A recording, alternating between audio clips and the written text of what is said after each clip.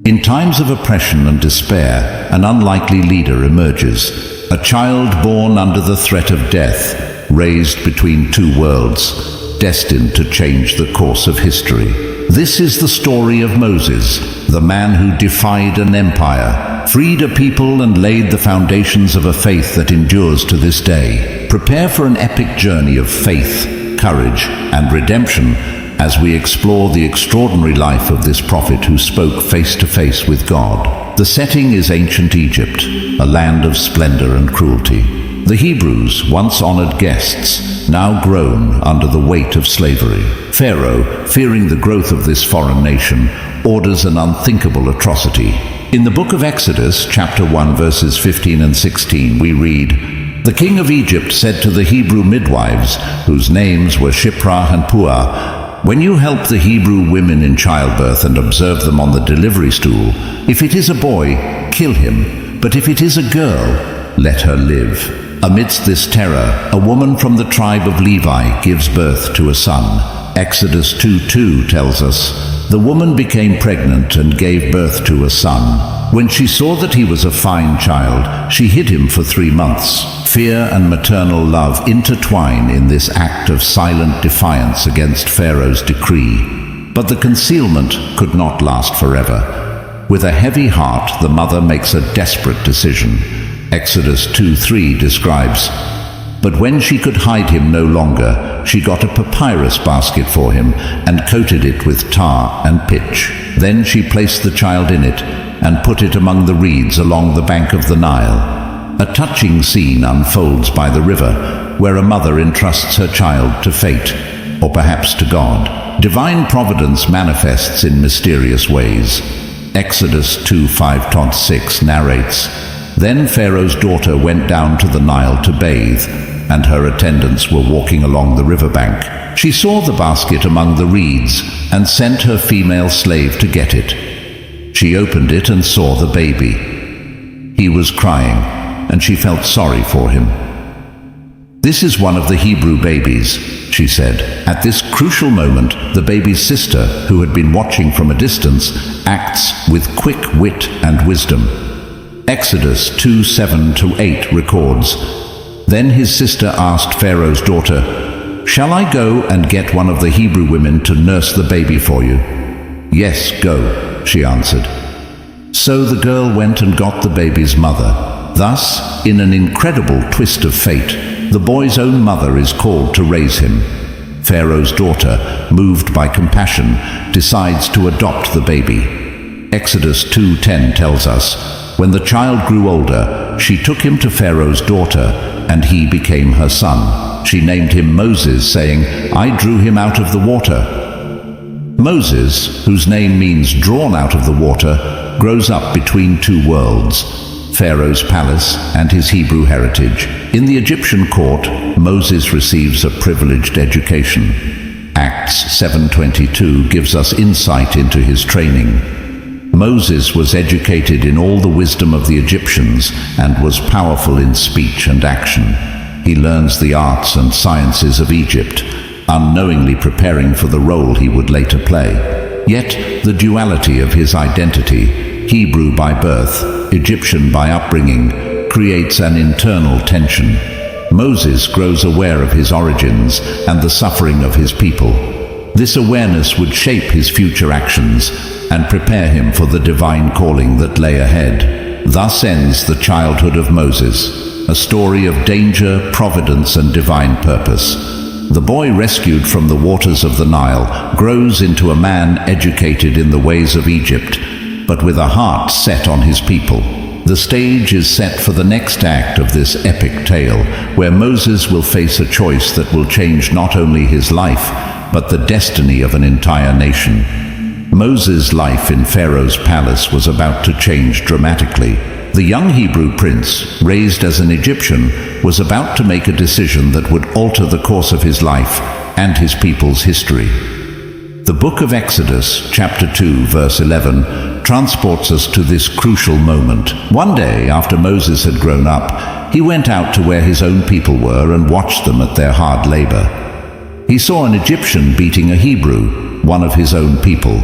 This scene of brutality awakened in Moses a fury that had lain dormant for years. The injustice against his people, which he had observed from afar, now unfolded before his eyes. Verse 12 continues, "Looking this way and that and seeing no one, he killed the Egyptian and hid him in the sand." This act of violence, born from a misdirected sense of justice, would mark the end of Moses' life as a prince of Egypt. He had crossed a line from which there would be no return. The next day, Moses witnessed a quarrel between two Hebrews and tried to intervene. The response he received revealed that his act of the previous day had not gone unnoticed. Exodus 2:14 records, "The man said, 'Who made you ruler and judge over us? Are you thinking of killing me as you killed the Egyptian?' Then Moses was afraid and thought, 'What I did must have become known.' Fear overtook Moses. His privileged position in the palace would not protect him from the consequences of his actions. Verse 15 tells us, "When Pharaoh heard of this, he tried to kill Moses, but Moses fled from Pharaoh and went to live in Midian." Thus began Moses' flight, a journey that would take him from the luxury of the palace to the harshness of the desert. Midian, a distant and arid land, became Moses' refuge.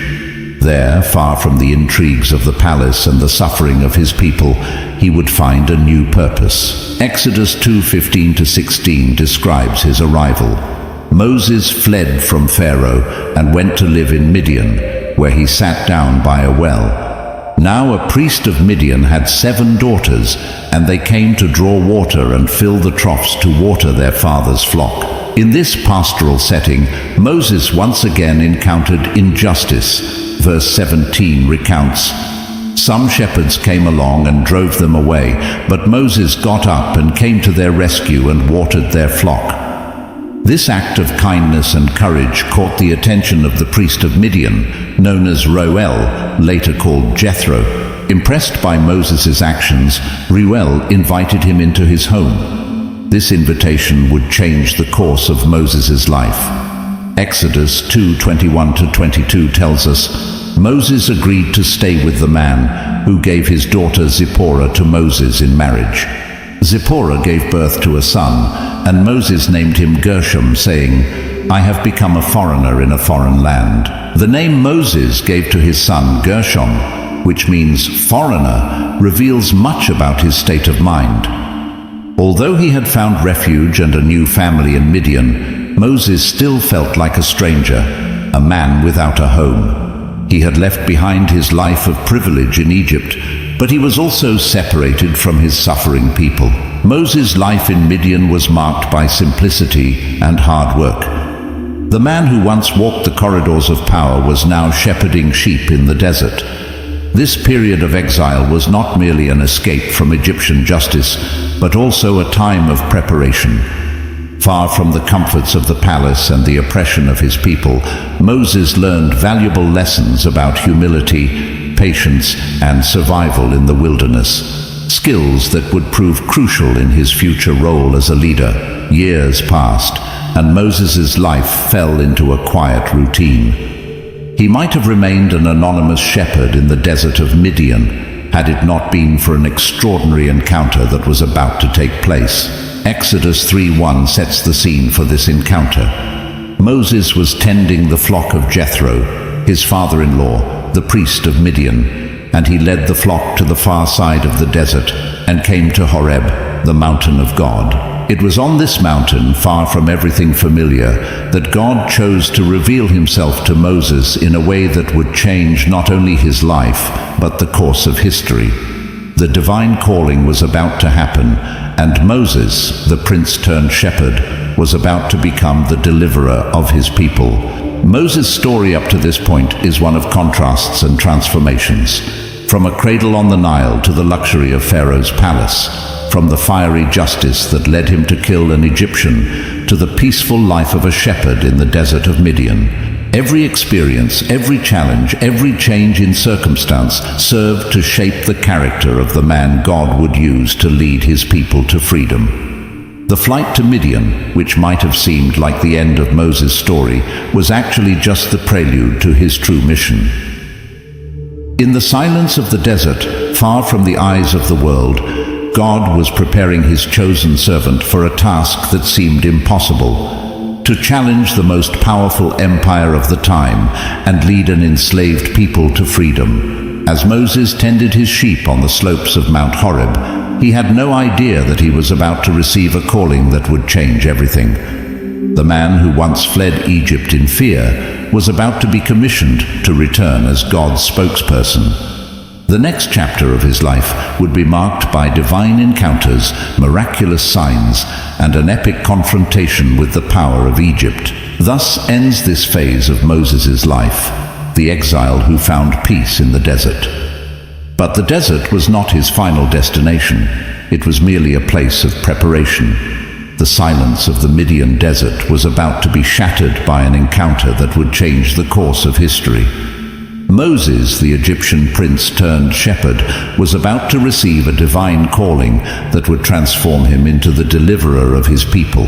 The book of Exodus, chapter 3, verse 2, presents us with this extraordinary scene. The angel of the Lord appeared to him in flames of fire from within a bush. Moses saw that though the bush was on fire, it did not burn up. This unusual sight captured Moses' attention. The ordinary had become extraordinary, and the everyday had been invaded by the supernatural. Verses 3 and 4 continue. So Moses thought, "I will go over and see this strange sight, why the bush does not burn up." When the Lord saw that he had gone over to look, God called to him from within the bush, "Moses, Moses!" And Moses said, "Here I am." In that moment, Moses found himself face to face with the God of his ancestors. The voice that echoed from the burning bush was not just a voice of authority, but a voice of covenant. In verses 5 and 6, God reveals himself. "Do not come any closer. Take off your sandals, for the place where you are standing is holy ground. I am the God of your father, the God of Abraham, the God of Isaac, and the God of Jacob." Moses' response was one of reverent fear. Moses hid his face because he was afraid to look at God. The God who spoke to Moses was not a stranger. He was the God who had made a covenant with Abraham, Isaac, and Jacob. He was the God who had promised to make their descendants into a great nation. And now, after centuries of silence, he was about to fulfill his promise through Moses. In verses 7 to 10, God reveals his plan. The Lord said, "I have indeed seen the misery of my people in Egypt. I have heard them crying out because of their slave drivers, and I am concerned about their suffering. So I have come down to rescue them from the hand of the Egyptians, and to bring them up out of that land into a good and spacious land, a land flowing with milk and honey. So now go. I am sending you to Pharaoh to bring my people the Israelites out of Egypt." This divine calling caught Moses by surprise. The man who once thought he could liberate his people by his own strength now hesitated before the magnitude of the task. In verse 11, Moses expresses his insecurity. "Who am I that I should go to Pharaoh and bring the Israelites out of Egypt?" God's response in verse 12 is both a promise and a challenge. "I will be with you, and this will be the sign to you that it is I who have sent you. When you have brought the people out of Egypt, you will worship God on this mountain." God did not promise Moses that the task would be easy, but he promised his constant presence. Still hesitant, Moses asks another question in verse 13. "Suppose I go to the Israelites and say to them, 'The God of your fathers has sent me to you,' and they ask me, 'What is his name?' Then what shall I tell them?" God's response in verses 14 and 15 is one of the most profound revelations of his nature in all of Scripture. God said to Moses, "I am who I am." This is what you are to say to the Israelites, "I am has sent me to you." God also said to Moses, "Say to the Israelites, 'The Lord, the God of your fathers, the God of Abraham, the God of Isaac and the God of Jacob, has sent me to you. This is my name forever, the name you shall call me from generation to generation. The name I Am, in Hebrew, YHWH, often translated as Lord, reveals the eternal and unchanging nature of God. He is the God who always was, who is, and who always will be. This revelation of the divine name was not just an answer to Moses' question, but a declaration of who God is, the eternal God, faithful to his covenant, who was about to act on behalf of his people. In the following verses, God instructs Moses on how to approach the elders of Israel and Pharaoh. He also warns Moses that Pharaoh will not let the people go easily, but he promises to intervene with a mighty hand to deliver Israel. Despite these divine assurances, Moses remained hesitant. In chapter 4, verse 1, he expresses another concern. What if they do not believe me or listen to me and say, "The Lord did not appear to you"? In response, God grants Moses 3 miraculous signs to confirm his calling: the staff that turns into a snake, the hand that becomes leprous and is healed, and the water from the Nile that turns into blood. These signs were not only meant to convince the Israelites, but also to strengthen Moses' faith in God's power working through him. Even with these miraculous signs, Moses still raises one last objection. In verse 10 he says, "O Lord, I have never been eloquent, neither in the past, nor since you have spoken to your servant. I am slow of speech and tongue." This admission reveals Moses' deep insecurity and sense of inadequacy for the task. God's response in verse 11 is both a challenge and a comfort. Who gave human beings their mouths? Who makes them deaf or mute? Who gives them sight or makes them blind? Is it not I, the Lord? Now go, I will help you speak and will teach you what to say. Yet Moses makes one final plea in verse 13. "O Lord, please send someone else." This final plea reveals how unprepared Moses felt for the task God had entrusted to him. God's response in verse 14 shows his anger, but also his grace. Then the Lord's anger burned against Moses, and he said, "What about your brother, Aaron the Levite? I know he can speak well. He is already on his way to meet you, and his heart will be glad when he sees you." In his wisdom and patience, God provides Moses with a spokesman in the person of his brother Aaron. In verses 15 and 16, God explains how this partnership will work. "You shall speak to him and put words in his mouth. I will help both of you speak and will teach you what to do. He will speak to the people for you, and it will be as if he were your mouth and as if you were God to him." With this final provision, Moses' calling was complete. God had responded to each of his objections with patience and grace, providing everything Moses would need to fulfill his mission. The final verses of this chapter narrate Moses' return to Egypt. In verse 18 we read, "Then Moses went back to Jethro his father-in-law and said to him, 'Let me return to my own people in Egypt to see if any of them are still alive.' Jethro said, 'Go, and I wish you well.'" Moses' journey back to Egypt was not without incidents. Along the way, a mysterious and troubling episode occurred. Verses 24 to 26 recount, "At a lodging place on the way, the Lord met Moses and was about to kill him. But Zipporah took a flint knife, cut off her son's foreskin, and touched Moses' feet with it. 'Surely you are a bridegroom of blood to me,' she said. So the Lord let him alone. At that time she said, 'bridegroom of blood,' referring to circumcision. This enigmatic incident seems to be related to Moses' failure to circumcise his son, a vital sign of God's covenant with Abraham. It serves as a solemn reminder that even God's chosen leader must be obedient in all aspects of the covenant. Finally, Moses meets Aaron as God had promised. Verse 27 tells us, "The Lord said to Aaron, 'Go into the wilderness to meet Moses.' So he met Moses at the mountain of God and kissed him.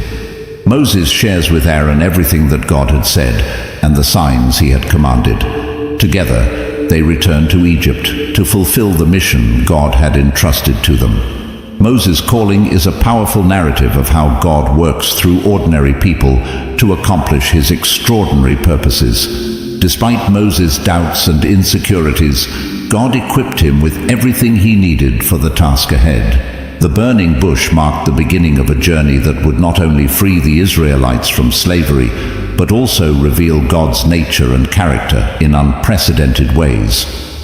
As Moses approached Egypt, he was no longer just a runaway shepherd, but God's chosen one, commissioned with a task that would change the course of history. Moses' return to Egypt marked the beginning of one of the most dramatic confrontations in biblical history. Armed with divine authority and accompanied by his brother Aaron, Moses was about to challenge the power of the most powerful empire of his time. The book of Exodus, chapter 5, verse 1, introduces us to this epic confrontation. Afterward, Moses and Aaron went to Pharaoh and said, "This is what the Lord, the God of Israel, says. Let my people go, so that they may hold a festival to me in the wilderness." Pharaoh's response, recorded in verse 2, sets the tone for the conflict that would follow. Pharaoh said, "Who is the Lord, that I should obey him and let Israel go? I do not know the Lord, and I will not let Israel go."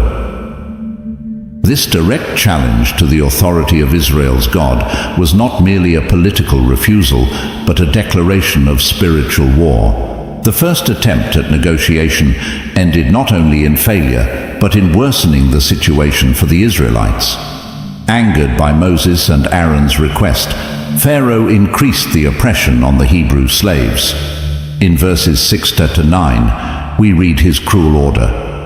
That same day, Pharaoh gave this order to the slave drivers and overseers in charge of the people. "You are no longer to supply the people with straw for making bricks. Let them go and gather their own straw, but require them to make the same number of bricks as before. Don't reduce the quota." This response put Moses in a difficult position. The people, now suffering even more because of his intervention, turned against him. In verse 21, the Israelites expressed their frustration. "May the Lord look on you and judge you. You have made us obnoxious to Pharaoh and his officials, and have put a sword in their hand to kill us." Shaken by this reaction, Moses turns to God in prayer. In chapter 5, verse 22, he laments, "Lord, why have you brought trouble on this people? Is this why you sent me? Ever since I went to Pharaoh to speak in your name, he has brought trouble on this people, and you have not rescued your people at all." God's response to this anguished prayer is a reaffirmation of his power and purpose. In chapter 6, verses 1 to 8, God renews his promise of deliverance. Then the Lord said to Moses, "Now you will see what I will do to Pharaoh. Because of my mighty hand, he will let them go. Because of my mighty hand, he will drive them out of his country." God also said to Moses, "I am the Lord. I appeared to Abraham, to Isaac, and to Jacob as God Almighty. But by my name, the Lord, I did not make myself fully known to them. I also established my covenant with them to give them the land of Canaan, where they resided as foreigners. Moreover, I have heard the groaning of the Israelites, whom the Egyptians are enslaving, and I have remembered my covenant. So tell the Israelites, I am the Lord. I will bring you out from under the yoke of the Egyptians. I will free you from slavery and redeem you with an outstretched arm and with mighty acts of judgment. I will take you as my own people, and I will be your God. Then you will know that I am the Lord your God, who brought you out from under the yoke of the Egyptians, and I will bring you to the land I swore with uplifted hand to give to Abraham, to Isaac, and to Jacob. I will give it to you as a possession. I am the Lord." This declaration from God was not only a promise of deliverance, but a deeper revelation of his character and purpose. The name Lord, YHWH, that God reveals here is the covenant name, signifying his faithfulness and unchanging commitment to his people. Strengthened by this renewal of the divine promise, Moses returned to Pharaoh. What followed was a series of dramatic confrontations, marked by the famous 10 plagues of Egypt. Each plague was not just a demonstration of God's power, but also a specific judgment against the gods of Egypt. The first plague, the turning of the Nile's waters into blood, is described in chapter 7, verses 22 to 21. Moses and Aaron did just as the Lord had commanded. He raised his staff in the presence of Pharaoh and his officials and struck the water of the Nile, and all the water was changed into blood. The fish in the Nile died, and the river smelled so bad that the Egyptians could not drink its water. Blood was everywhere in Egypt. This plague was a direct attack on the god Hapi, the deity of the Nile, considered the source of life for Egypt. By turning the life-giving waters of the Nile into deadly blood, God demonstrated his power over Egypt's very source of life. The following plagues, frogs, gnats, flies, livestock disease, boils, hail, locusts, and darkness, each challenged specific aspects of Egyptian religion and life. Each plague was preceded by a warning to Pharaoh, giving him a chance to repent and release the people of Israel. The plague of frogs, for instance, described in chapter 8, was an attack on the goddess Heket, depicted with a frog's head and associated with fertility. The overwhelming number of frogs, normally seen as a blessing, became an unbearable curse. The plague of gnats, mentioned in chapter 8, verses 16 to 19, was particularly significant. Then the Lord said to Moses, "Tell Aaron, stretch out your staff and strike the dust of the ground, and throughout the land of Egypt the dust will become gnats." They did this, and when Aaron stretched out his hand with the staff and struck the dust of the ground, gnats came on people and animals. All the dust throughout the land of Egypt became gnats.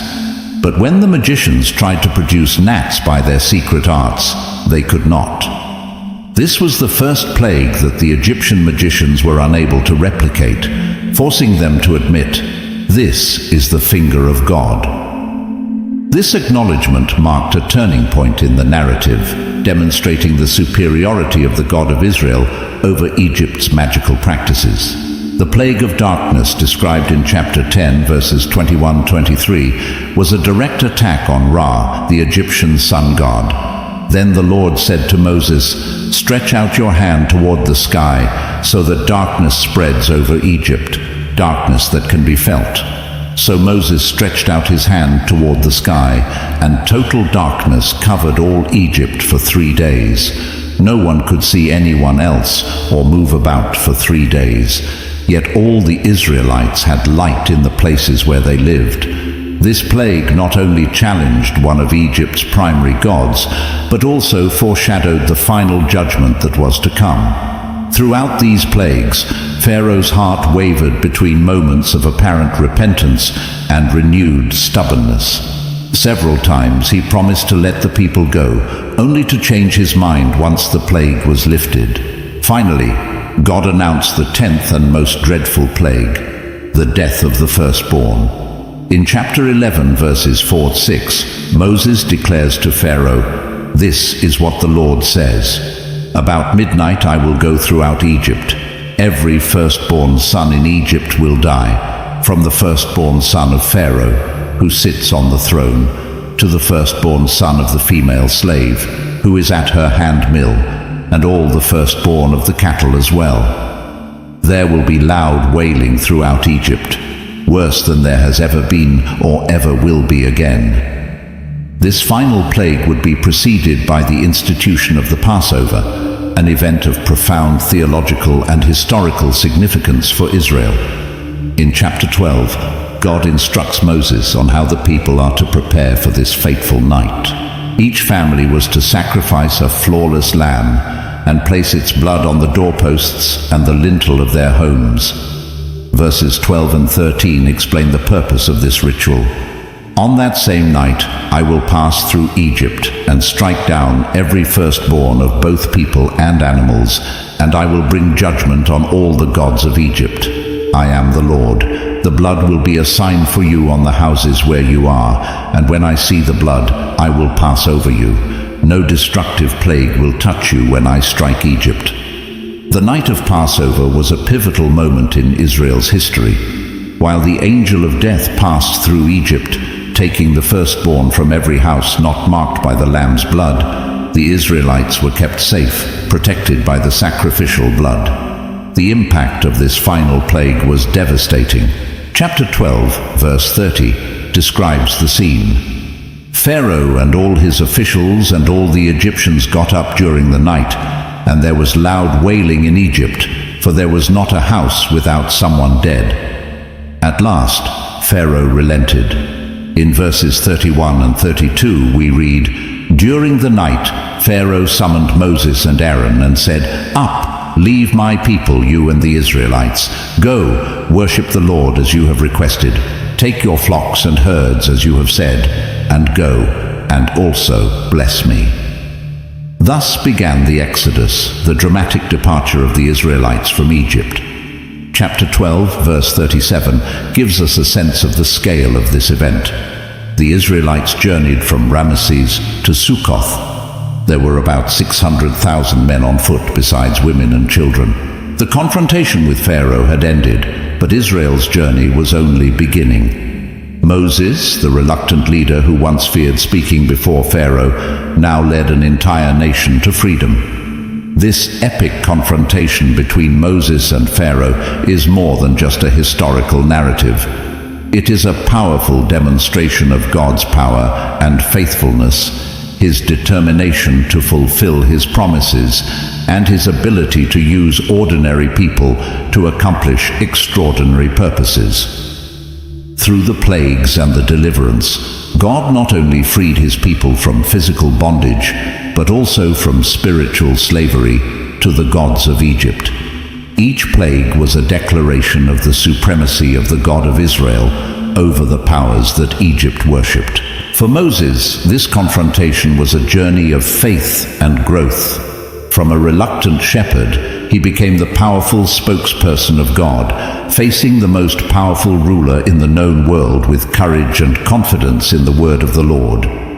The story of the confrontation with Pharaoh and the Exodus would become central to Israel's identity as a nation. The Passover, instituted on that fateful night in Egypt, would become an annual celebration, a perpetual reminder of God's deliverance and his covenant faithfulness. As the Israelites left Egypt, they carried with them not only the spoils of the Egyptians, but also a new understanding of who their God was. The Lord had demonstrated his power in ways they would never forget. The liberation from Egypt was just the beginning of Israel's journey. Under Moses' leadership, the people now faced the challenge of crossing the wilderness toward the Promised Land. This journey would be marked by extraordinary miracles, severe trials, and deep lessons about trust and obedience to God. The first major test came right after leaving Egypt. Exodus 14:9 describes the desperate situation in which the Israelites found themselves. The Egyptians pursued them with all Pharaoh's horses and chariots, horsemen and troops, and overtook them as they camped by the sea near Pi-hahiroth, opposite Baal-zephon. Trapped between the Egyptian army and the Red Sea, the people panicked. In verses 11 and 12 they cried out to Moses, "Was it because there were no graves in Egypt that you brought us to the desert to die? What have you done to us by bringing us out of Egypt? Didn't we say to you in Egypt, 'Leave us alone, let us serve the Egyptians'? It would have been better for us to serve the Egyptians than to die in the desert." Moses' response in verse 14 reveals his growing faith and leadership. "Do not be afraid. Stand firm, and you will see the deliverance the Lord will bring you today. The Egyptians you see today, you will never see again." What followed was one of the most dramatic miracles recorded in the Bible. In verse 21 we read, "Then Moses stretched out his hand over the sea, and the Lord drove the sea back with a strong east wind all night, and turned the sea into dry land. the waters were divided. This miraculous crossing of the Red Sea not only saved the Israelites, but also sealed the fate of the Egyptian army that pursued them. Once the Israelites were safely on the other side, the waters returned to their place, swallowing the pursuers. This pivotal event solidified the people's faith in God and in Moses as his chosen leader. Exodus 14:31 records, "And when the Israelites saw the mighty hand of the Lord displayed against the Egyptians, the people feared the Lord and put their trust in him and in Moses his servant." However, the euphoria of liberation soon gave way to the challenges of life in the wilderness. Just 3 days after the Red Sea miracle, the people began to grumble against Moses due to the lack of potable water. In Exodus 15:23-25, we see how God provided. When they came to Marah, they could not drink its water because it was bitter. Then Moses cried out to the Lord, and the Lord showed him a piece of wood. He threw it into the water, and the water became fit to drink. This pattern of need, grumbling, and divine provision would repeat many times throughout the wilderness journey. In Exodus 16, facing hunger, the people complained again. God responded with another miracle, manna and quail. In verse 4, God declares, "Then the Lord said to Moses, I will rain down bread from heaven for you. The people are to go out each day and gather enough for that day. In this way, I will test them and see whether they will follow my instructions." The manna, described in verse 31 as white like coriander seed and tasted like wafers made with honey, became the Israelites' staple food during their wilderness journey.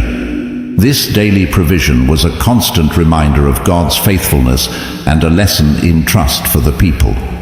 Another critical test came at Rephidim, where again there was no water. In Exodus 17:5-6, God instructed Moses, "Go out in front of the people, take with you some of the elders of Israel, and take in your hand the staff with which you struck the Nile, and go. I will stand there before you by the rock at Horeb. Strike the rock, and water will come out of it for the people to drink." Moses obeyed, and water miraculously flowed from the rock. It was also at Rephidim that Israel faced its first military conflict, a battle against the Amalekites. In verse 11, we see a powerful scene. As long as Moses held up his hands, the Israelites were winning, but whenever he lowered his hands, the Amalekites were winning. With the help of Aaron and Hur, who held up Moses' arms, Israel won the battle. The wilderness journey was not only a series of physical trials, but also a time of spiritual and national formation for Israel. It was during this time that Moses received the laws and ordinances that would shape Israel's identity as a nation. A crucial moment in this process occurred at Mount Sinai. In Exodus 19:5, God declared his purpose for Israel. "Now, if you obey me fully and keep my covenant, then out of all nations you will be my treasured possession, although the whole earth is mine." It was at Sinai that God delivered the 10 Commandments and other laws to Moses. This encounter on the mountain was marked by dramatic manifestations of the divine presence. Exodus 19:18 describes, "Mount Sinai was covered with smoke, because the Lord descended on it in fire. The smoke billowed up from it like smoke from a furnace, and the whole mountain trembled violently." The stay at Sinai was also marked by one of the saddest episodes of the journey, the incident of the golden calf. While Moses was on the mountain receiving God's laws, the people, impatient with his absence, convinced Aaron to make an idol for them to worship.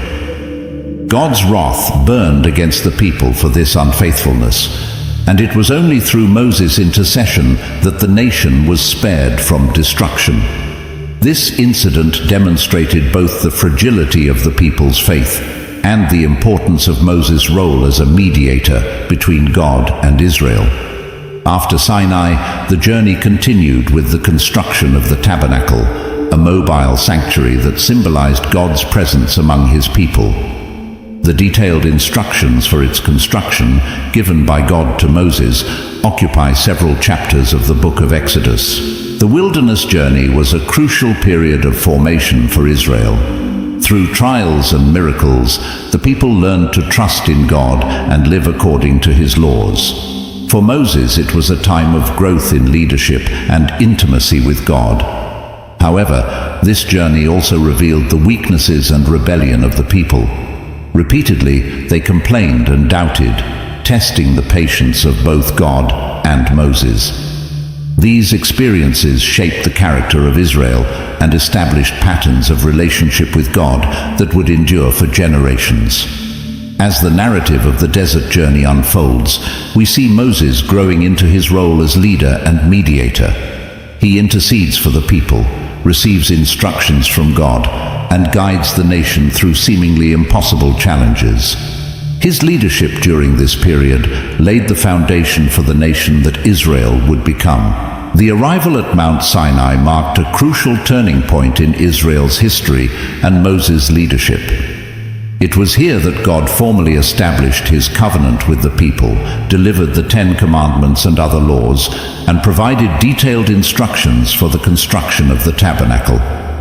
This period at Sinai was essential in shaping Israel's identity as a nation and its relationship with God. In the 3rd month after leaving Egypt, the Israelites arrived in the desert of Sinai. The book of Exodus chapter 19 verse 2 tells us, "After they left Rephidim, they entered the desert of Sinai, and Israel camped there in front of the mountain." The preparation for meeting God began immediately. In verses 10 and 11, God instructs Moses, "Go to the people and consecrate them today and tomorrow. They must wash their clothes and be ready by the 3rd day, because on that day the Lord will come down on Mount Sinai in the sight of all the people." God's descent on the mountain was an awe-inspiring spectacle. Verse 16 describes the scene. "On the morning of the 3rd day there was thunder and lightning, with a thick cloud over the mountain, and a very loud trumpet blast. Everyone in the camp trembled." This dramatic manifestation of the divine presence made it clear to the people that they stood before the Almighty God. It was in this context of reverent fear that God proclaimed the 10 Commandments. Chapter 20 records these foundational laws that would become the basis of God's covenant with Israel and influence legal and ethical systems for millennia. The 10 Commandments, spoken directly by God to the people, cover the relationship with God: no other gods, no idols, no misuse of God's name, keeping the Sabbath, and the relationship with others. Honor your parents, do not murder, do not commit adultery, do not steal, do not give false testimony, do not covet. The people's reaction to this direct experience with God was one of fear. In verse 19, they said to Moses, "Speak to us yourself, and we will listen. But do not have God speak to us, or we will die." This request firmly established Moses in his role as mediator between God and the people. In the following chapters, God provides Moses with a series of more detailed laws known as the Covenant Code. These laws cover a wide range of social, religious, and ethical issues, providing a framework for Israel's communal life. After receiving these laws, Moses wrote them down and read them to the people. In chapter 24, verse 3, we read the people's response. The people all responded with one voice, "Everything the Lord has said, we will do." This was a solemn moment of commitment, sealed with a sacrifice and the sprinkling of the blood of the covenant on the people. Moses, along with Aaron, Nadab, Abihu, and 70 of Israel's elders, then ascended the mountain and had an extraordinary experience of God's presence. Verse 10 describes it. "They saw the God of Israel. Under his feet was something like a pavement made of lapis lazuli, as bright blue as the sky itself." Moses was then called to go higher up the mountain, where he remained for 40 days and 40 nights. During this time, he received detailed instructions for the construction of the tabernacle, a mobile sanctuary symbolizing God's presence among the people. Chapters 25-31 provide meticulous instructions for every aspect of the tabernacle: the Ark of the Covenant, the table of the showbread, the lampstand, the altar of incense, the priestly garments, and much more. Every detail had symbolic meaning, reflecting God's holiness and the need for proper approach to Him.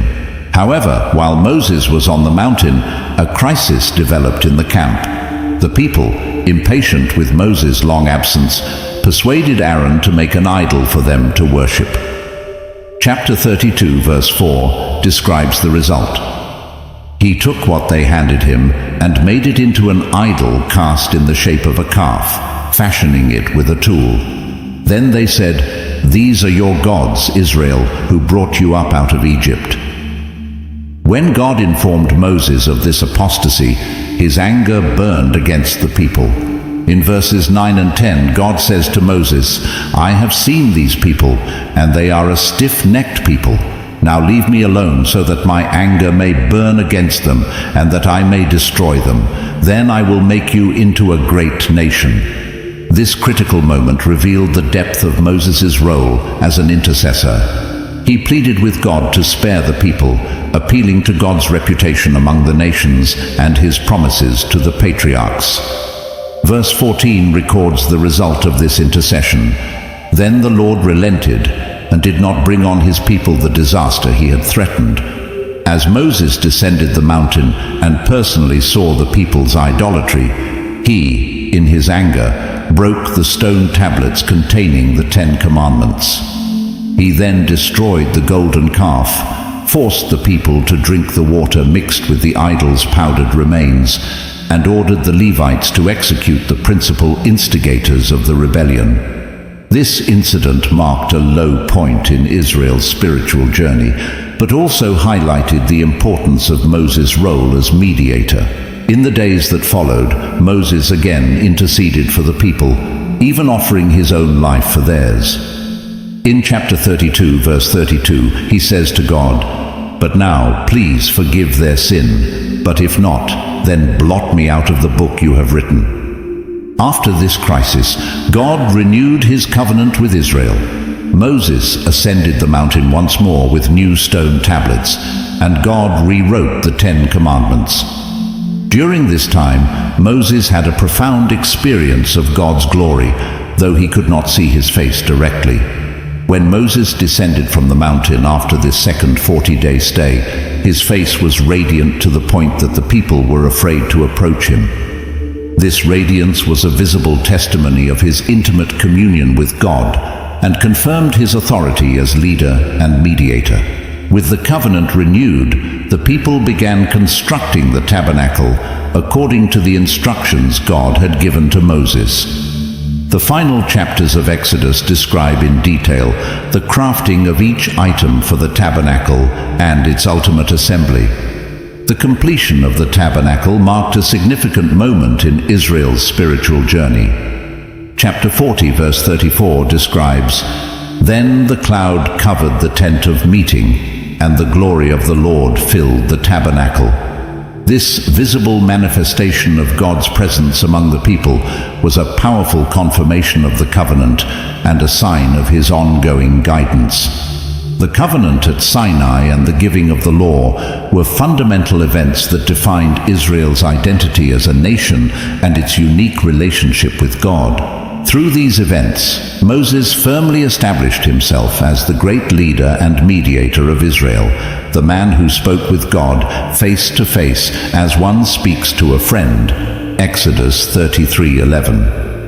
This phase of Moses' life demonstrated both the challenges and privileges of his unique position. He experienced intimate communion with God, received divine revelation, and acted as a vital intercessor for the people. At the same time, he faced the frustration of the people's rebellion and the immense responsibility of leading a newly formed nation. The covenant at Sinai set the standard for Israel's relationship with God for centuries to come. The laws given to Moses would become the foundation of Israelite society and profoundly influence the legal and ethical development of many cultures throughout history. The last years of Moses' life were marked by continuous challenges, difficult decisions, and the preparation of the people to enter the Promised Land. Although Moses would not enter Canaan, his legacy as a leader, prophet, and lawgiver would be fundamental in shaping Israel's future. After leaving Mount Sinai, the Israelites continued their journey through the wilderness. The book of Numbers recounts many of the events of this period, including the wanderings, rebellions, and the gradual preparation for the conquest of Canaan. One of the most significant events of this period was the incident with the spies in Canaan. In Numbers 13, Moses sent 12 spies to explore the land. After 40 days, they returned with a mixed report. Although the land was rich and fertile, 10 of the spies discouraged the conquest, citing the strength of its inhabitants. Only Joshua and Caleb maintained faith in God's promise. The people's reaction to this negative report was one of despair and rebellion. Numbers 14:1-4 recounts, "That night, all the members of the community raised their voices and wept aloud. All the Israelites grumbled against Moses and Aaron. And they said to each other, 'We should choose a leader and go back to Egypt.' This lack of faith had severe consequences. God decreed that that generation, with the exception of Joshua and Caleb, would not enter the Promised Land. The Israelites would wander in the wilderness for 40 years until the rebellious generation had perished. During these years of wandering, Moses faced several challenges to his leadership. One of the most notable was Korah's rebellion, described in Numbers 16. Korah, along with 250 prominent leaders, challenged the authority of Moses and Aaron. The divine response was dramatic.